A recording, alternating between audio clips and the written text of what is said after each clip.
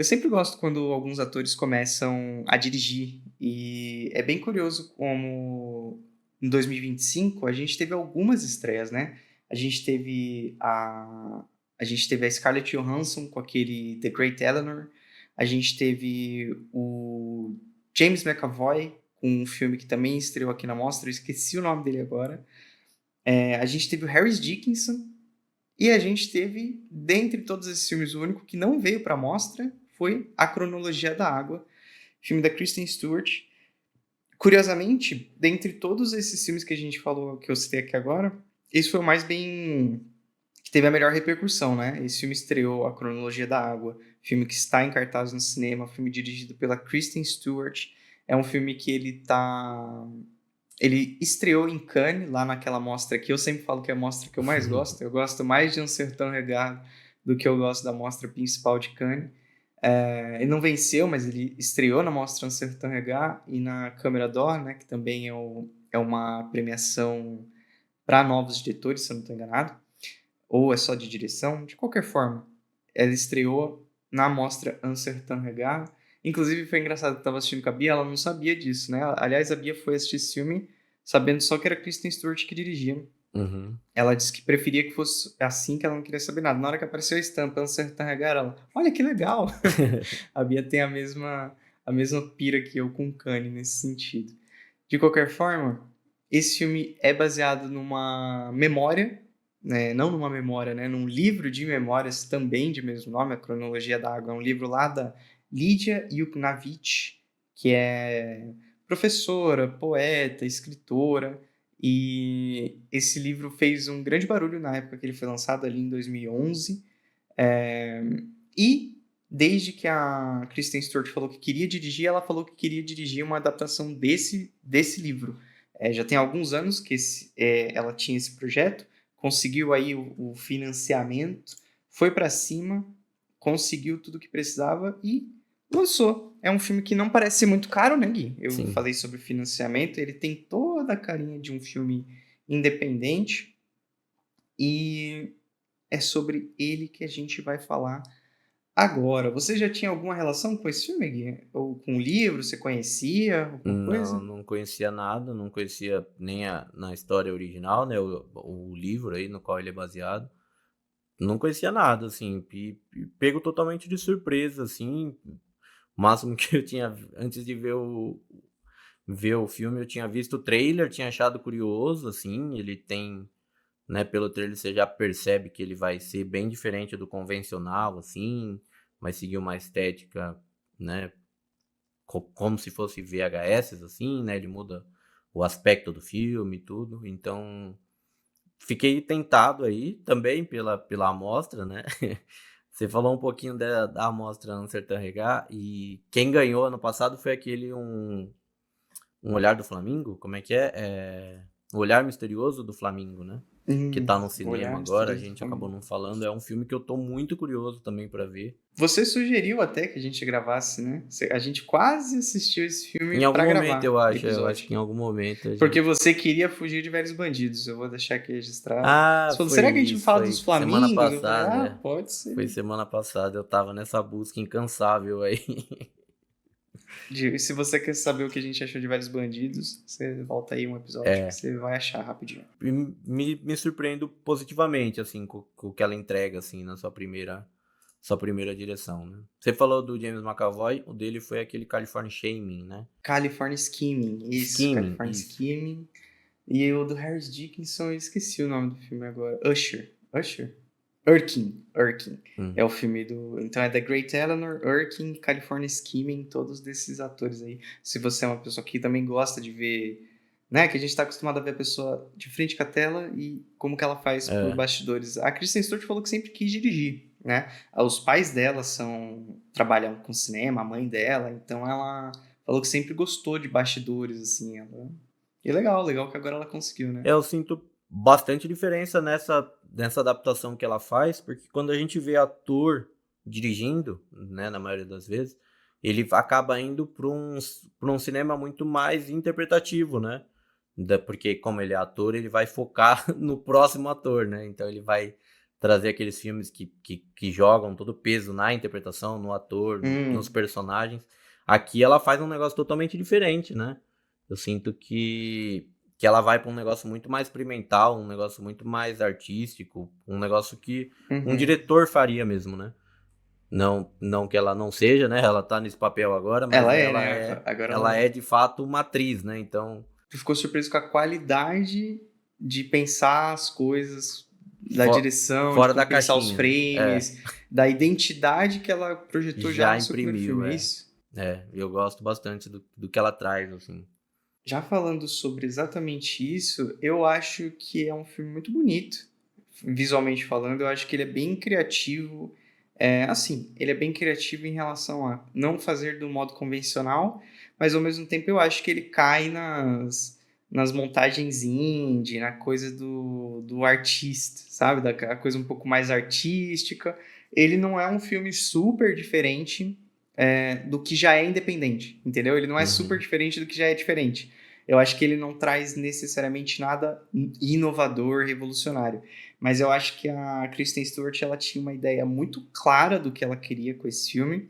Ela tinha uma imagem na cabeça muito muito direcionada mesmo, então ela sabia como que ela queria enquadrar. A gente vê sempre a Imogen Poots, né, que é a atriz que interpreta a Lydia, a gente vê sempre ela muito próxima à câmera, assim, como se a gente estivesse nos pensamentos dela. Em algum momento eu até falei para Beatriz, eu acho que eu queria ouvir mais dos poemas do texto da própria Baseado no Lídia. original, né? É. Eu queria ver o texto na tela. E aí eu parei pra pensar, eu até falei pra Bia, mas eu acho que é exatamente isso que ela faz quando a gente ouve o pensamento da personagem. Porque a personagem, ela tá o tempo todo narrando pra Sim, gente. sim, Eu sim. imagino que essas narrações, eu não li, tá, a cronologia da água. Então eu imagino que essa narração seja o texto. E eu acho que esse jeito que ela achou de inserir os textos e tudo mais, acho que tem uma cena de leitura mesmo, que a personagem tá lendo ali pra gente. Tá Mas lendo o o resto livro de fato, né? É, uma é apresentação, né? e eu acho que é muito louco. E essa história que ela conta, não dá pra dizer que ela é super clichê, apesar dela não ser inovadora, porque é a vida de uma pessoa, né?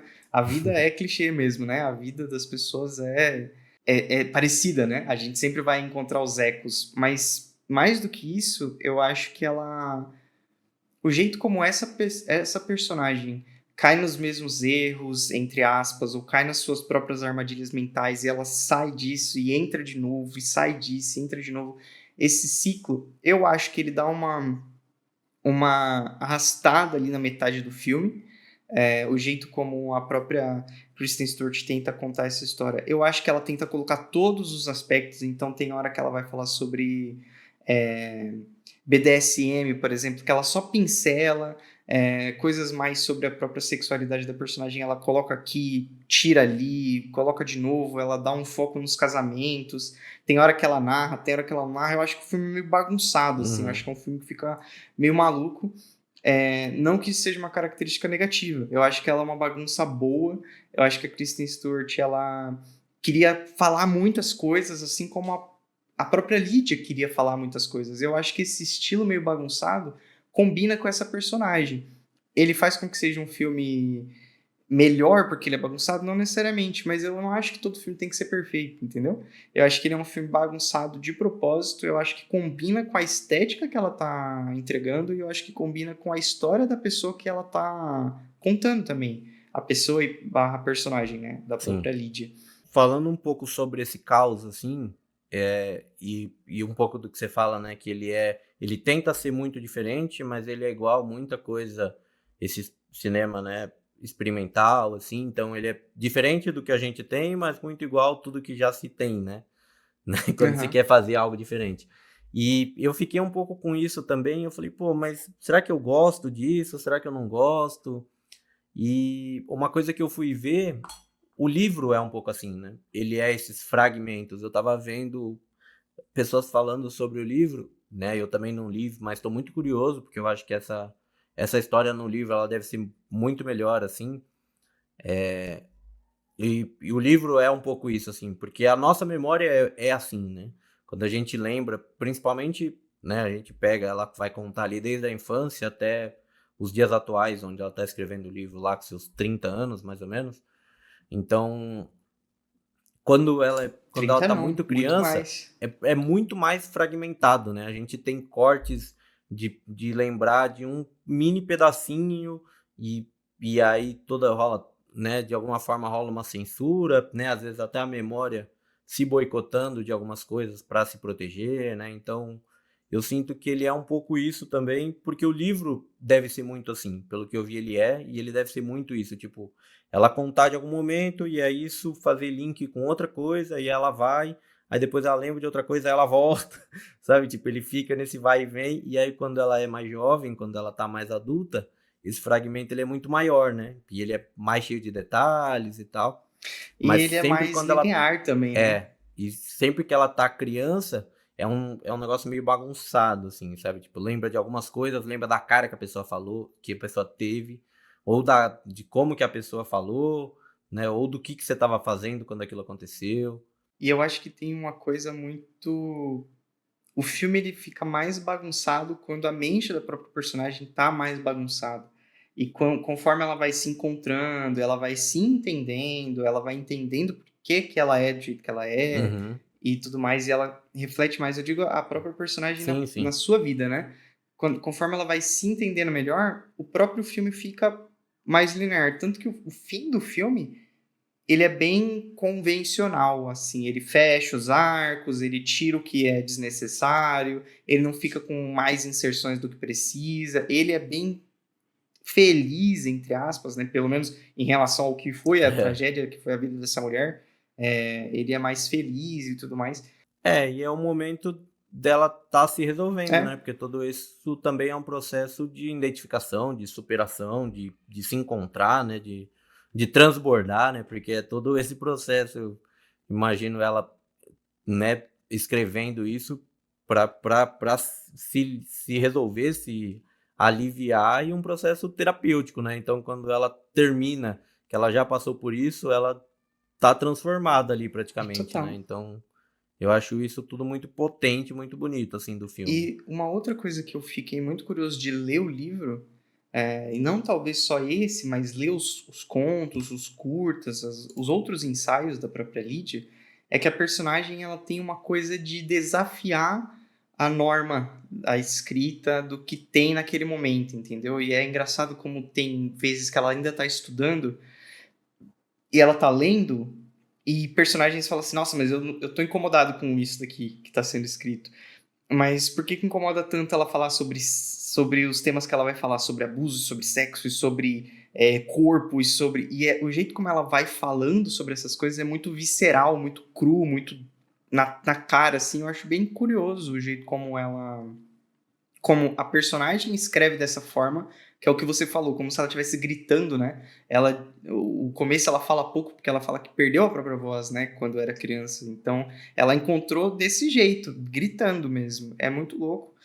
E ao mesmo tempo, a Kristen Stewart, né, que escreveu e dirigiu o filme, ela não é tão explícita no que ela tá querendo, no que ela tá mostrando em relação a corpo. Ela é muito respeitosa com essa personagem para não Sim. super expor ela, para expor na medida certa para que você entenda o que tá acontecendo, para que você entenda o que ela tá passando, mas ao mesmo tempo sem precisar expor a personagem de uma forma pejorativa, explorativa. Eu acho bem bonito o trabalho de direção que faz a Kristen Stewart aqui. E eu acho que esse filme, diferente de várias estreias de direção e tudo mais, ele não é nem tão convencional quanto A Grande Eleanor ou o próprio California Skimming, que a gente já falou aqui. Eu acho que ele vai um pouco na direção de Erkin. Você assistiu Erkin? Não, não assisti nenhum dos outros três.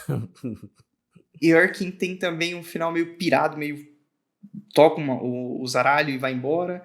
Eu acho que aqui ela vai fazer um meio termo, mas eu acho que parece ser a estreia mais madura desses 4 filmes, curiosamente. E ela. Eu gosto como o final do filme é melhor do que a metade e tão bom quanto o começo, apesar de ser muito diferente. Então ele é um filme completamente bagunçado, mas eu acho o final dele muito forte. Eu acho que ele traz uma ideia muito forte. Eu tô repetindo essa palavra, mas no final, a gente não falou sobre o que se trata o filme especificamente, mas vale dizer que é um filme, né, para quem não assistiu ainda, ele é um filme sobre abuso, né? Ele é um filme sobre abuso por parte do pai para com a Lídia, isso está exposto logo no começo do filme, e sobre como essa personagem lida com essas coisas durante a vida dela. E é muito louco porque, conforme o tempo passa, as pessoas podem esquecer ou reinterpretar os fatos ao bel prazer, né? Então, o pai dela interpreta o que ele fez, o que ele causou, para ela de um jeito. Só que o que é muito curioso é que, no fim das contas, ela grita tanto e ela escreve tanto as suas memórias do jeito dela, que essa passa a ser, e aí por coisas que também acontecem com o próprio pai dela, essa passa a ser a única memória disponível sobre aquele assunto. Então, o pai dela vai reviver esses momentos que ele nem lembra mais a partir das memórias dela. Então, é muito importante que ela tenha escrito também. Também é importante porque até a própria percepção de si dele vai mudar. Tanto que quando ele fala, eu li esse livro, tô tirando de contexto, mas ele fala, eu li esse livro, ela fala, ele responde, não é muito elogioso para mim, não é muito elogioso da minha pessoa. É ele reconhecendo de que talvez se fosse ele lembrando, seria elogioso. Talvez ele fosse se defender do que ele fez, mas ela não permite isso. Com a justificativa Ela dele, não né? permite que ele justifique nada. Ela só olha e fala assim: você lê e você entende a realidade dura do fato. E essa é a única memória que tem disponível nesse momento. É essa daqui. Essa é a única Sim. versão sua que é real, que existe no mundo. Porque a memória a gente perde. A memória a gente muda. Agora, o livro escrito, a palavra escrita, ela vai perdurar. Essa é a única memória que tem. Eu acho muito potente. Você usou a palavra potente, eu uso a palavra forte, né, o tempo todo, mas eu acho muito impressionante, assim, quando você chega nesse resultado que você fala assim, ainda bem que ela escreveu, então, né? E quantas outras pessoas gostariam de também ter a qualidade de se escrever o que passou e a inteligência para escrever isso. Ela é muito forte, muito legal e baita tema que a Kristen Stewart decidiu explorar. A gente sempre fala sobre filmes que exploram abuso aqui e como eles normalmente caem nas mesmas regras, caem nos mesmos problemas. E aqui a Kristen Stewart usa uma personagem que falou sobre esse problema de uma maneira diferente e ela vai tratar isso de uma maneira tão criativa quanto. Eu acho bem, bem legal. E muito sensível, né? Sim. Com muita cautela, E assim, pra empatia, não... né, com esses É o que você falou, personagens. não cair nas mesmas armadilhas e não usar disso também de alguma forma de alavanca, né? Porque às vezes é um pouco isso que acontece, né? Um filme vai falar de abuso e aí, Uhum.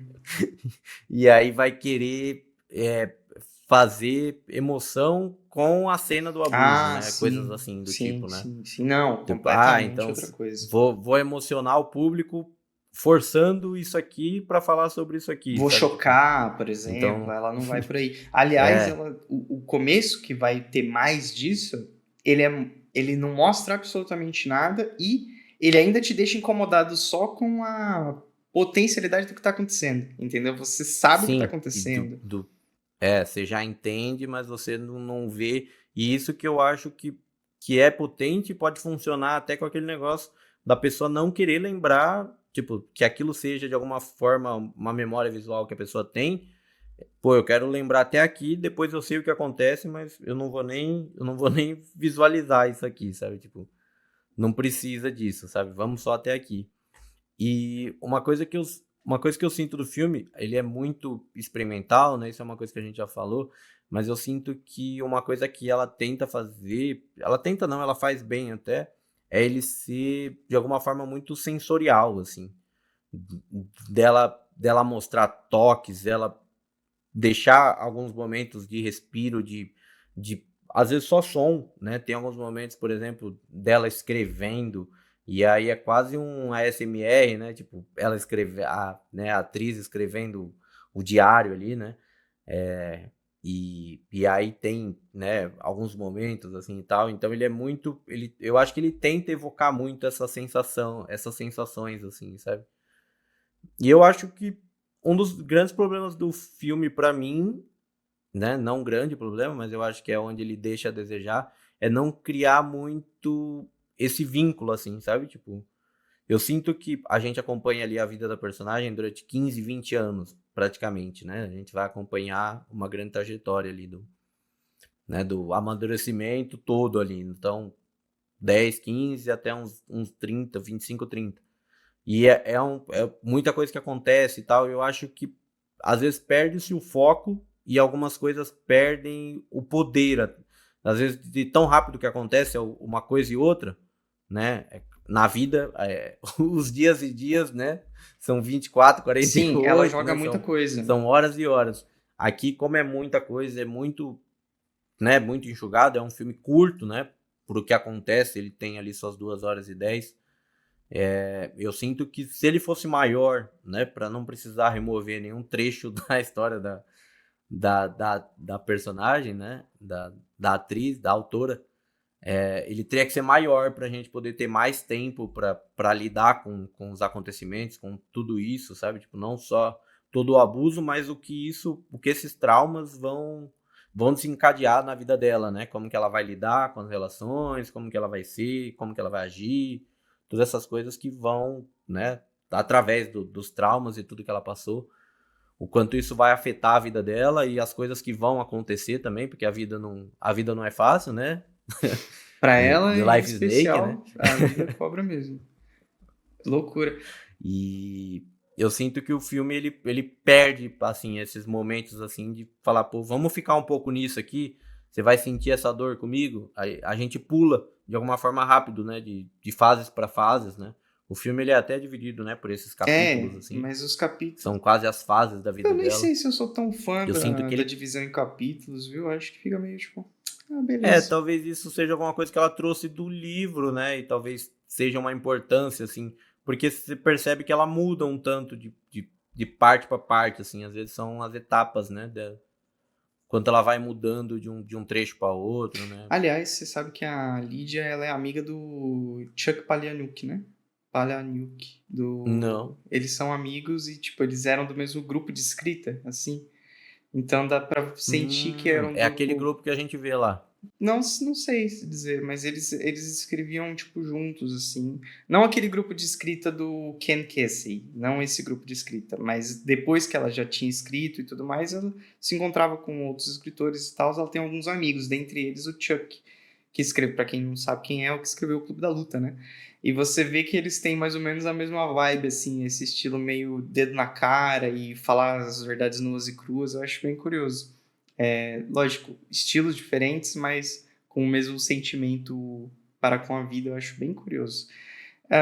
Acho que não tem mais muito o que a gente dizer, né? Vale dizer que o livro é super conceituado, ganhou alguns prêmios e tal, como memória, né? E entra em várias listas de memoir, porque é uma coisa que um gênero, né? Escrever sobre memórias é um gênero, e esse livro é bem conceituado dentro do seu estilo. A Lídia ainda está viva e escrevendo, então não pesquisei o que ela achou do livro, do filme, mas com certeza deve Deve ter ter o gostado. aval dela, né? Com certeza. Eu sempre lembro, porque a gente fala de biografias, né? Esse filme o livro é uma Sim, então autobiografia aqui e o não filme deixa de passa a ser. ser, então, né?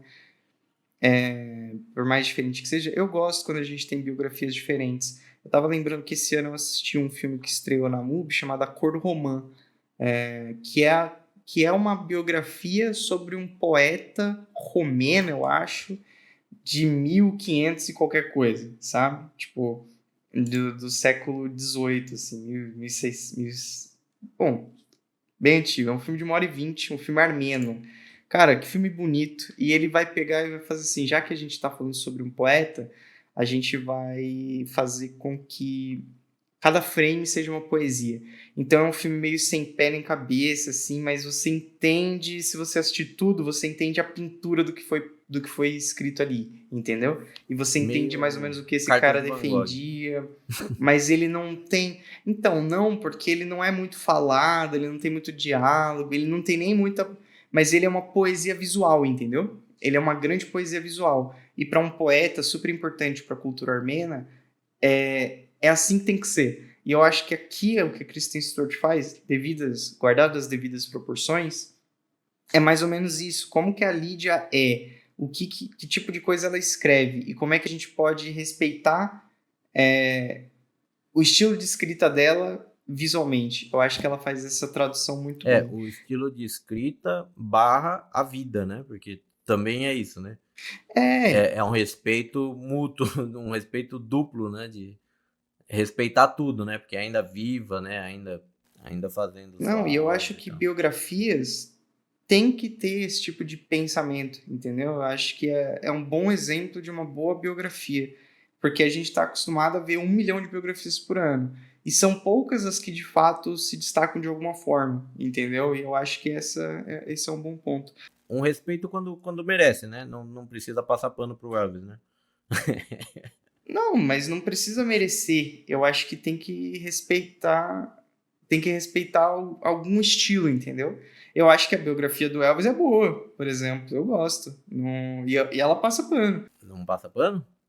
Ah, a biografia do Elvis passa pano. E eu acho que ela não deixa de ser uma boa biografia por Tá, tá. isso, entendeu? Porque ela tem algum respeito. Mas, por exemplo, eu acho a do Um Completo Desconhecido muito melhor. Eu acho que o respeito ele tem que ter um limite do respeito passada Não, de pano. não é respeito sobre a figura, é respeito sobre o estilo e o que essa figura representa, entendeu? Eu acho que a Kristen Stewart faz isso aqui bem. Enfim, a pessoa que você está fazendo uma biografia, ela não tem que ser um Não- deus na É, Terra, entendeu? Tipo, a Lídia não é, e não tem por que ser. Ela não se considera dessa forma. Mas, por exemplo, quando você vai falar do Elvis, ele talvez sentisse um deus na Terra. Então, por que não fazer dessa forma? Entendeu? Eu acho que são coisas diferentes. Eu acho que a biografia do Elvis não é um mau exemplo de biografia, entendeu? Assim como Priscila é um exemplo tão bom quanto. Melhor, talvez. E é sobre o mesmo personagem, e sobre diferentes perspectivas, entendeu? E por aí vai. Que nota que você deixou pra cronologia eu da. deixei 3,5. Eu sinto que ele ficou navegando ali pra mim por um tempo naquele 3,5, 4. Mas eu sinto que é isso. Eu achei que era um filme que eu ia assistir e ia ficar uma semana chorando, assim. Porque eu vi o trailer, eu falei, pô, vai ser meu novo After Sun da vida aqui. Eu vou sair Hum, destruído, porque After Sun também tem um pouco esse negócio experimental, um pouco esse negócio sensorial. E aqui muito mais, né? Eu acho, do que em eu falei, Aftersun. pô, vai ser um filme que vai me pegar. Puta, vou lembrar da minha infância, coisas que eu não gostaria. Vai eu aqui. E aí eu sinto que não, que ele, né, isso que eu falei dele passar por esses momentos de alguma forma rápido, assim, para mim ele perde o peso de algumas coisas, assim, não deixa a gente sentir direito. É claro que depois, né, você tem todo o tempo para ficar pensando sobre, mas eu sinto que o filme é um pouco nisso também, né? Não vamos explorar isso aqui e forçar a barra para te destruir, mas, sabe, tipo, eu acho que é isso. Não tem um grande momento, assim, onde o filme cresce e vê tudo isso de outra forma, sabe? Eu acho que ele vai muito gradual, assim, e essa força se perde pelo caminho, assim. E aí, pra mim, ele não tem essa. Eu já acho que durante o filme ele vai crescendo pra mim, tá? Durante o filme ele começa de um jeito e ele termina no seu melhor ponto mesmo. Eu acho que o final desse filme é o melhor possível. E eu acho que ele foi melhorando na minha cabeça. Depois que eu saí do cinema, eu saí com uma opinião sobre o filme, a gente tá falando aqui agora, eu acho que ele é melhor do que eu lembrava, entendeu? Então eu vou deixar uma nota 4 aqui, apesar do meu Letterboxd eu ter deixado 3,5, eu vou até aumentar a nota dele lá. O filme é bom filme. Eu acho que nesse ano que a gente tá começando agora, nesse pós-Oscar, assim, agora vai começar a surgir umas coisas que já passaram e que tiveram menos pompa do que deveriam, e a gente vai entrar numa onda de filme de blockbuster Vai, agora. Eu acho vai que ele é chegar férias aí, um. você. Eu acho que ele. É, vai ficar difícil, mas de fato esse é um bom filme. Acho que é uma das coisas mais legais que eu vi no cinema esse ano, por Sim. enquanto, Quem certo, não Gui? assistiu, vá assistir, tá no cinema ainda. Vai ficar, a gente sabe, né? Esses tipos de filmes ficam pouco tempo, né? Já já tem. Todas as salas estão com. Já já não, né? Todas as salas já estão com Mario aí, então São alguns filmes que vão para poucos cinemas, essas coisas assim a gente já sabe que é mais complicado, vai ficar 2 semanas aí e olhe lá, então quem quer ver vá. Não quer ver Mario? Vá assistir a cronologia da água, Não, certo? mesmo se quiser E ver pra quem Mario, já eu assistiu, fui ver deixa aqui. Mario e fui ver esse aqui, tem que ver os dois, pô, tem que ver tudo. Eu vou ver Mario amanhã, inclusive. Quando a gente lançar esse episódio, já assisti. Qual Mario que você vai ver amanhã? O Super Mario Galaxy, exatamente. Que é o Ah, que tá no cinema. De qualquer forma, se você já assistiu, deixa nos comentários o que você achou. Indica pros seus amigos aí. Conversa com a gente sobre o que você acha do filme. Deixa sua notinha. deixa as notas aqui embaixo, né? E Vai falando aí. deixa a sua avaliação aí, faz aqui o seu registro do Letterboxd. Indica pra todo mundo aí. Vamos conversar sobre cinema. É sempre muito gostoso.